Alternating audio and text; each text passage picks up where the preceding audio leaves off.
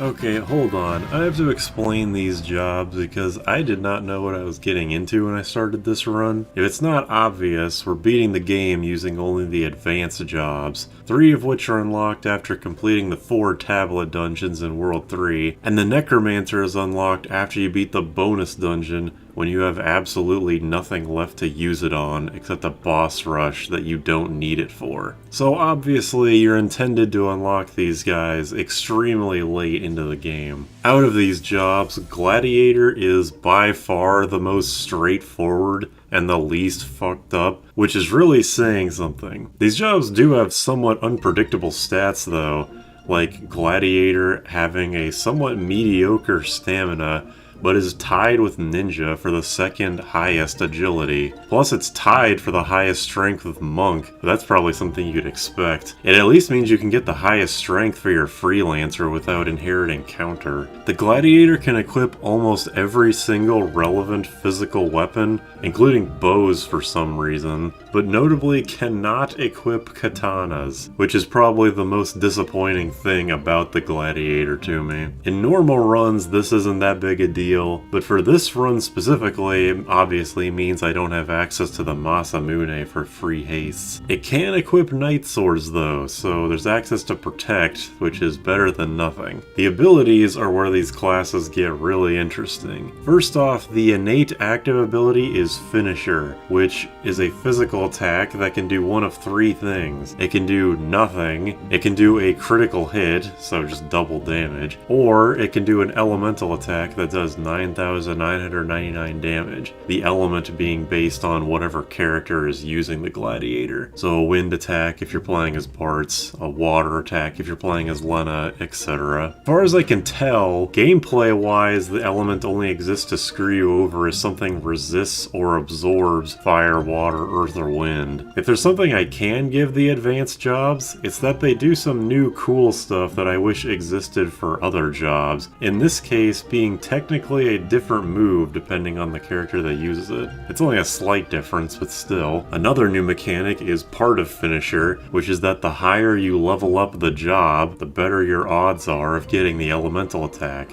And it maxes out at 50% chance once you master it. I kind of feel like the Mage job should have worked this way in the original release of Final Fantasy V, because it's always been strange to me that, for example, Bartz could go the entire game without touching White Mage, but then switch to it right before Neo Exdeath and start throwing out holies everywhere. The way it works right now is more fun though, so I'm not complaining. Other abilities include Lure, which boosts the encounter rate, and I mean really boosts the encounter rate. Long Reach, which lets your attacks ignore row no matter what your weapon is, and Blade Blitz, which is basically a learnable kick. I like Blade Blitz a lot, since you're not restricted to fists with it, and it does 75% of your damage instead of the no damage that kick does. Lure's obvious use is to make grinding easier. It seems to force an encounter after every 1 to 5 steps, so even on a boat where the encounter rate is reduced dramatically, you'll have no issues getting the rare sea encounters with it on. It also has a side benefit of making chicken knife farming slightly less tedious. There's a lot of cool stuff to play with here though, especially Long Reach, which hilariously makes bows even more impractical to use than they already were with Gladiator. Cannoneer is probably the hardest to classify, or the hardest to make a comparison point in terms of jobs, but I guess most people would probably compare it to Chemist. It has a mediocre stat lineup, and its most notable feature is a combining items ability. Its innate ability is Open Fire,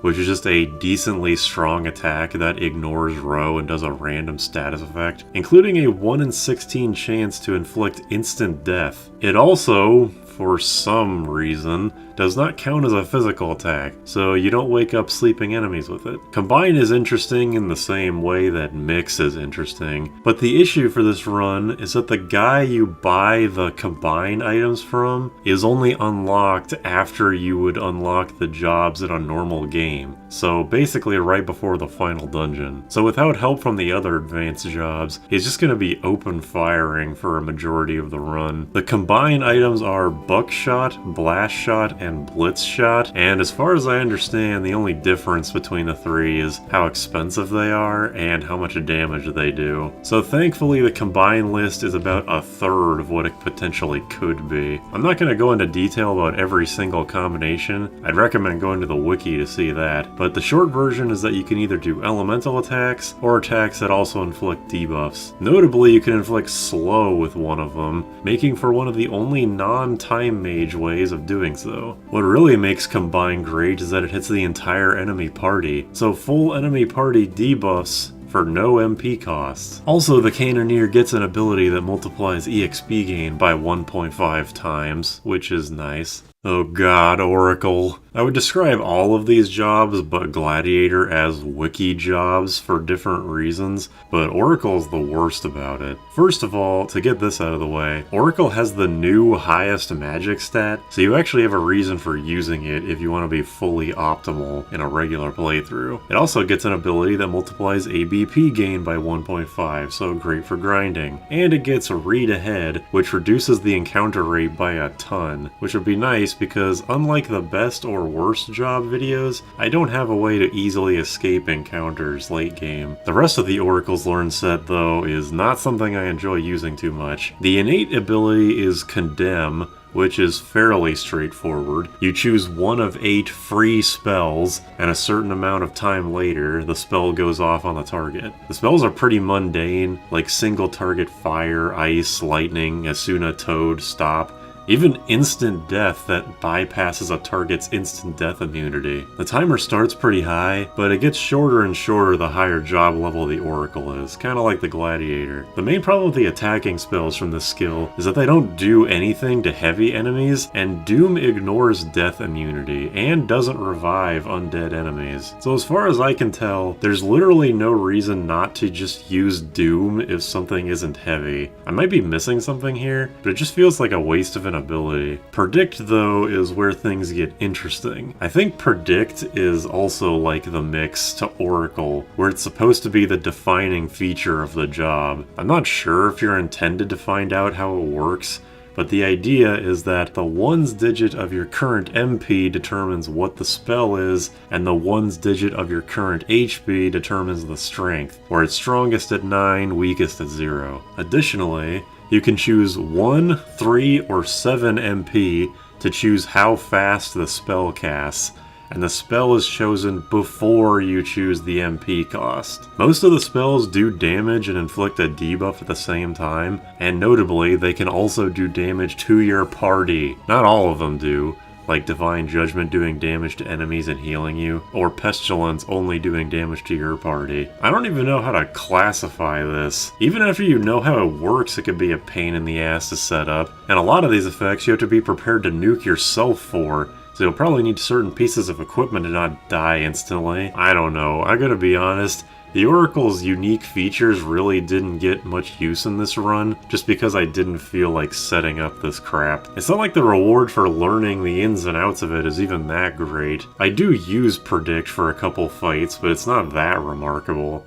I'd rather just hit things with swords. The Necromancer is pretty neat, although it has a similar problem to Cannoneer. But before that, look at those stats. What the hell is that? It's a mage in all aspects except for HP. It actually has by far the best HP out of these 4. It has the 3rd best stamina in the game. Dancer could never. Alright, here's the main gimmick.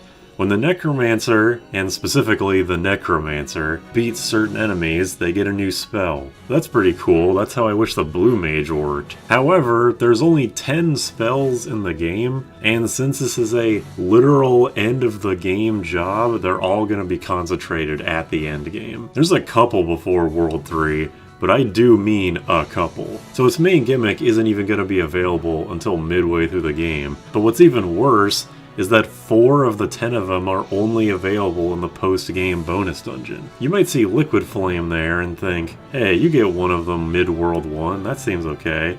But no, it's for the Liquid Flame in Phoenix Tower specifically. Not that this surprises me that much. Again, these jobs are not meant to be played this early in the game. The Necromancer isn't totally helpless though. The first ability it gets is Oath, which is basically like a miniature version of Conjure from the Summoner. It summons one of 4 random monsters to either cast a weak thunder attack, a variable damage party poison damage attack, Aqua Breath, or Flare. Most of the time I want Flare, but naturally the thunder attack is the most common, and unlike Oracle and Gladiator, leveling up the job does not improve the odds. But once you get more spells, this will probably fall off in favor of just being able to cast spells like a normal mage. The spells are pretty good too, mostly being full party attacking spells that do some element plus a status debuff, like a more controllable version of Predict, or for a base game comparison, I guess the Summoner. Saying that though does bring up a point I hope you've noticed throughout these descriptions.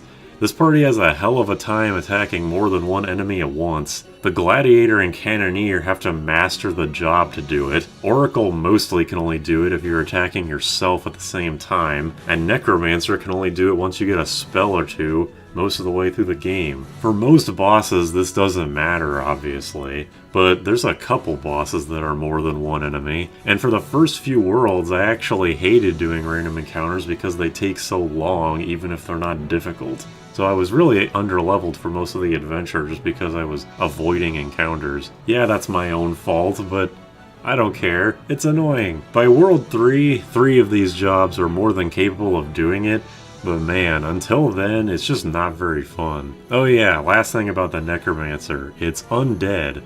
Mostly.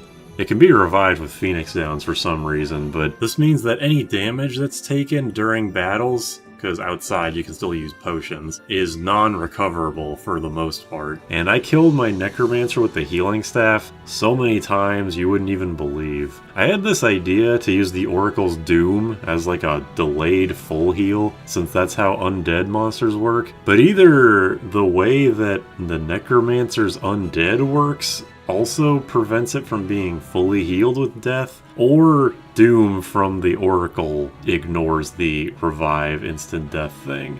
I'm honestly not sure which, because these jobs are just weird. That's the overview.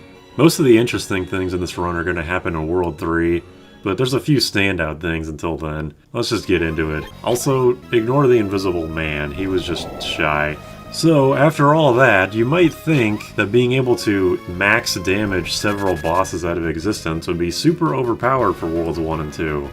And it is. But 3 of these jobs have ways to instant kill most bosses until they start having more than 10,000 health. I mean, the Oracle has access to a delayed instant death, and Open Fire does a ton of damage for early game, ignores Row, and sometimes just kills something outright. So while you could say, just ignore Finisher and try to fight them legitimately, it's not just Finisher, believe me. But it's fine that these bosses die super easily. They weren't balanced at all for you having them this early. The first actual boss to give me some difficulty was the Soul Cannon, which probably wouldn't be too surprising. I've been super underleveled up until now, and this thing has a ton of health for where it is in the game, over 20,000. And since Finisher is based on Gladiator level, the odds are not in my favor to get it more than once this early. And Bartz's Finisher is Wind, and these guys are all immune to wind, though I have to change who my Gladiator is for this fight. I hope the gimmick was worth it, Square Enix. If I had anything approaching a strategy, it was to try and set up Divine Judgment to do at least a little damage to everything. Also, if it's not obvious from how I'm playing, I still to this day don't know what I'm targeting in this fight. This is the biggest reason why I like to use multi-target things in this fight, besides it just being practical. It's that I don't have to worry about dinking around with the target select, looking like an idiot because I literally don't know what I'm looking at. Again, I know this is my fault, but it's just one of those annoying things that came up during this fight.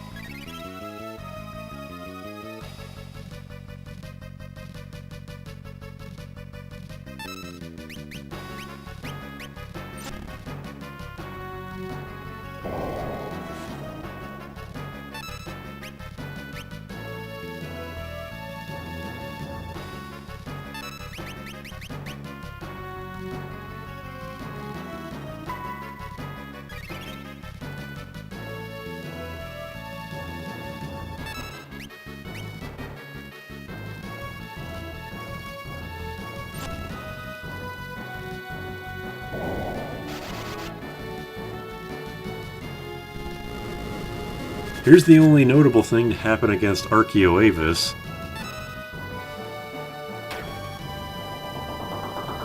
The boss is still here. If it weren't already obvious that these jobs are being used too early. Even though I thought the Necromancer was the weak link, I did need it for Titan because it has the highest HP by a lot.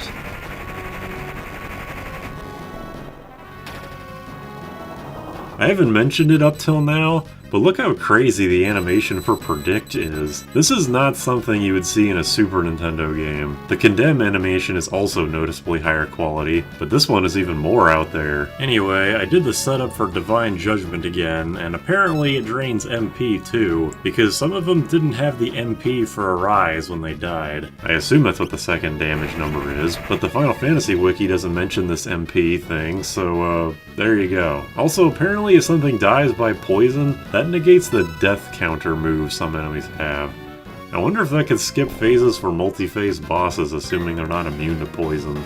This is probably the funniest Gilgamesh fight anyone has ever done. And after this fight, I finally get some dark arts from the French statues and zombie dragon, so the Necromancer can finally fully pull its weight. Here's more of this, if you needed some kind of catharsis for seeing these guys get one shot, although Atomos is still basically the same.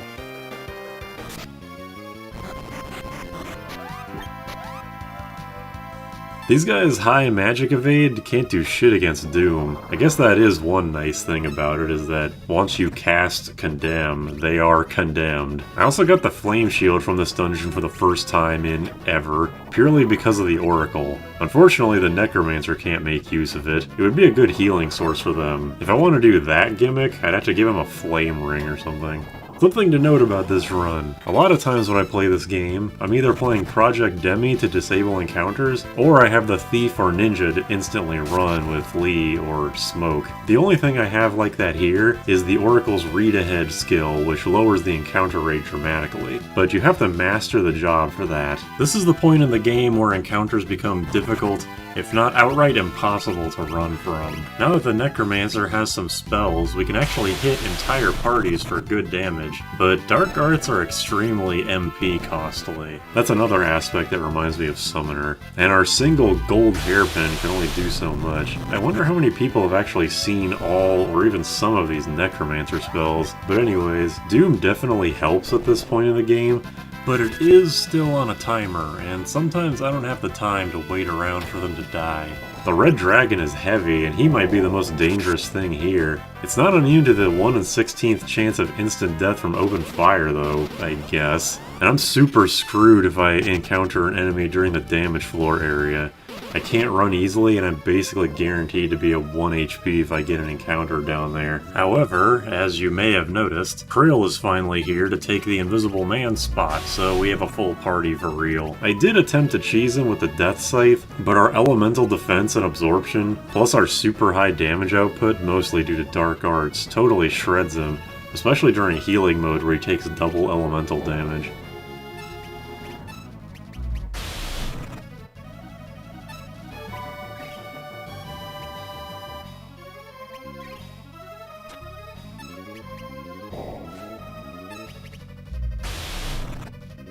Welcome to Fishing for Elemental Attacks, the fight.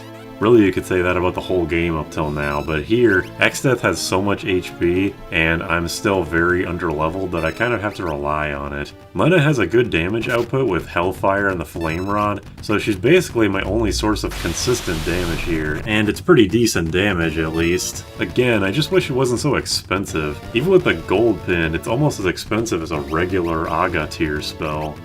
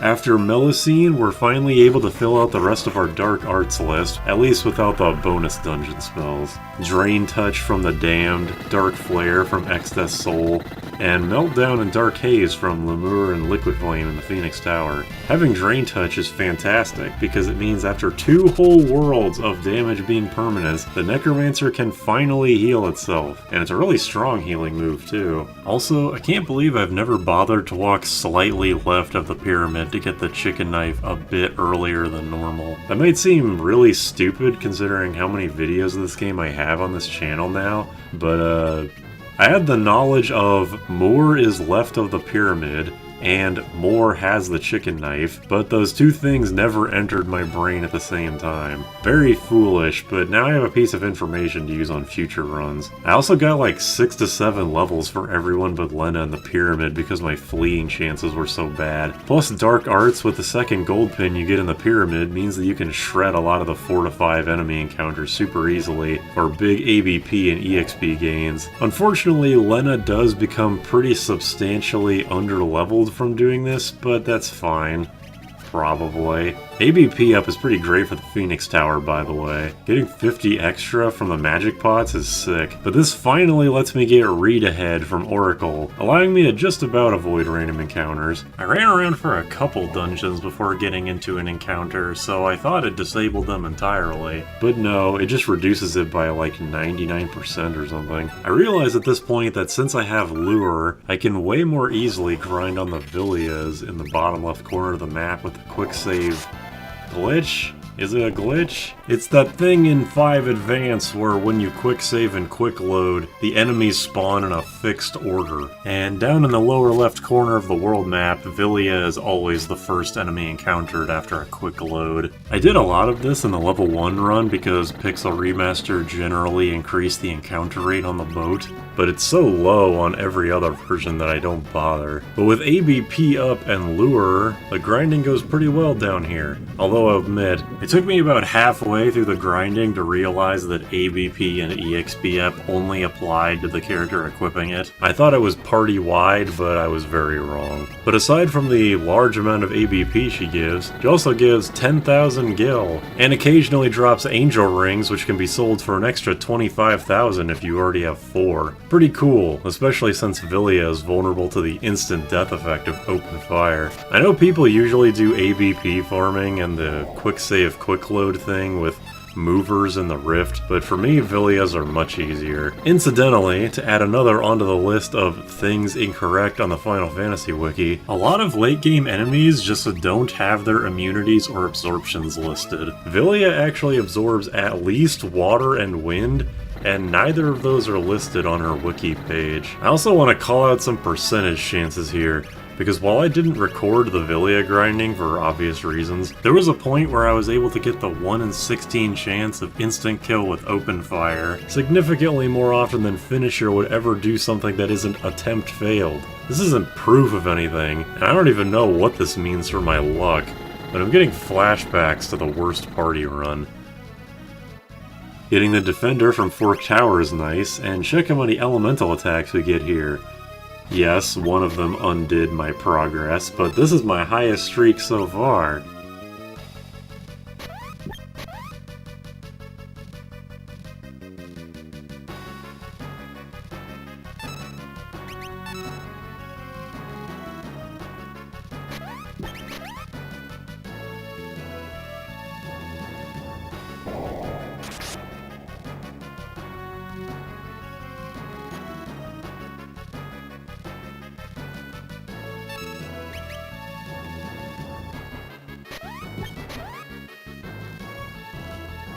After some grinding, we get some coral rings for Leviathan's tidal waves. Notably, Bartz is the only character whose elemental attack does anything here. This guy is immune to both earth and fire for some reason, and naturally absorbs water. This also means he's immune to Meltdown, which is my main attacking spell.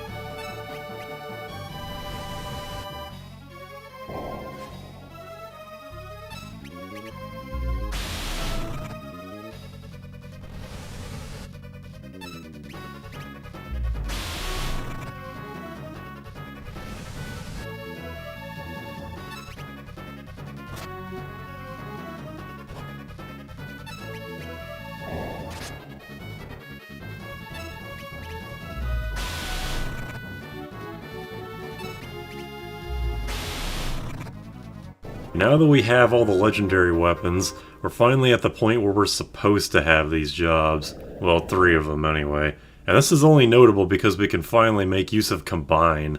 But as a bit of a spoiler, as cool as Combine is, the main combinations I'm going to be using for the rest of the run are Slow Shot and Defense Down Shot. There will be some others in there, but debuffs like that are crazy valuable to have. I mean, you already know how much I value slow. But hey, how about we go over the party at this point, since it's basically set in stone for the rest of the run. Bartz is the Gladiator, either always throwing out finishers or blade blitzes depending on how many enemies there are. The chicken knife being maxed out makes blade blitz do pretty good damage, plus it has the bonus effect of not triggering the flee effect. Lena...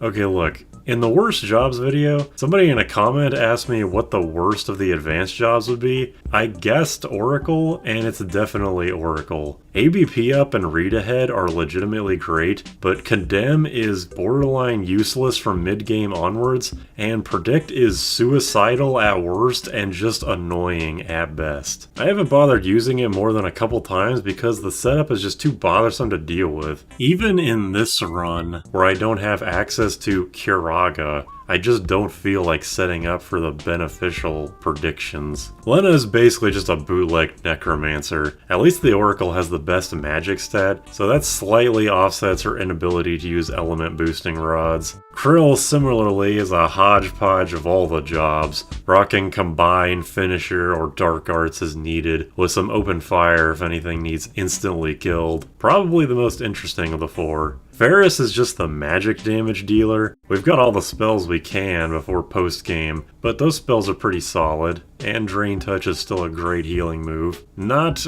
very remarkable, this team, but it's what we got. Now that I've gone through that little overview, though, the Rift bosses aren't particularly noteworthy, and I really don't have that much to say about any of them. Califisteri I attempt to put to sleep, but she's weak enough that she barely even gets to do anything to me even while she's awake. A Pandai stocked up on Flame Scrolls to use fire combined shots with, although I only ended up needing 1. An early elemental attack takes out almost exactly half of Catastrophe's health, and he doesn't even get to use Earthshake by the time the battle's over. I learned that Azomagia is immune to slow, meaning that Liquid Flame finally has a friend, and my personal favorite moment, seeing a frog elemental attack Halicarnassus for no reduced damage. I'm not sure if I've ever done a playthrough where a frog has done any damage above 0, but I definitely can't say that now. To be honest, the regular encounters leading up to these fights were more interesting than the fights themselves. I really should have recorded my whole run through the Rift, but I didn't really think about it. I guess this party is linear enough that the same strategy can work for most of the game. Still not using Predict though. Twintania's physical counter is Tidal Wave, which is a free party heal with coral rings, and his magic counter is Mega Flare, which does over 1400 damage and is reflectable. I opt here to just go full finisher and occasionally get the free full heal. It works out pretty well.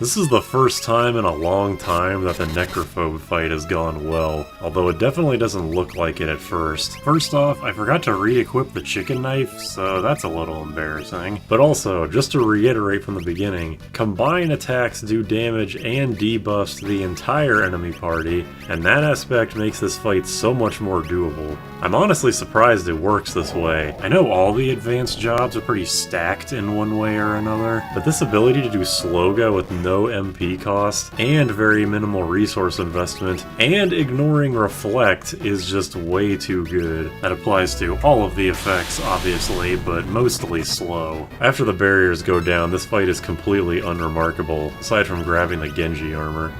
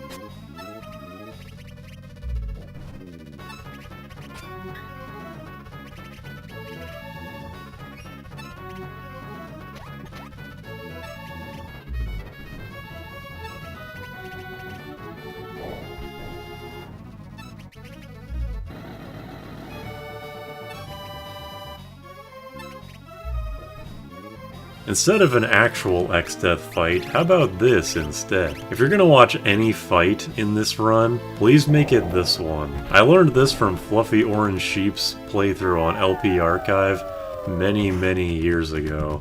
Man, that run was uploaded to LP Archive in mid-2010. I can't believe we're almost 15 years removed.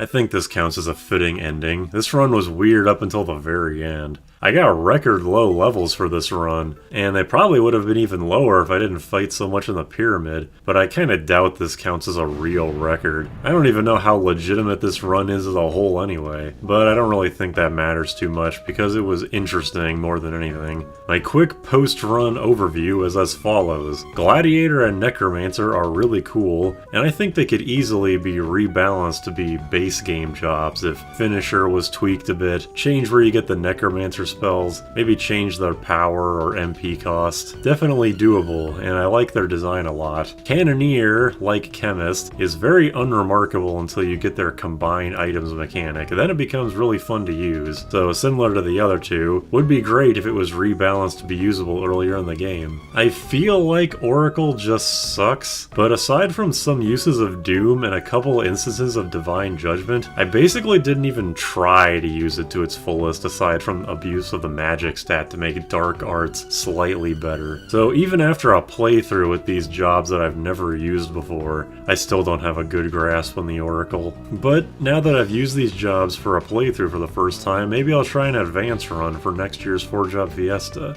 But instead of Berserker Risk, I'd be running Oracle Risk. Well, see ya.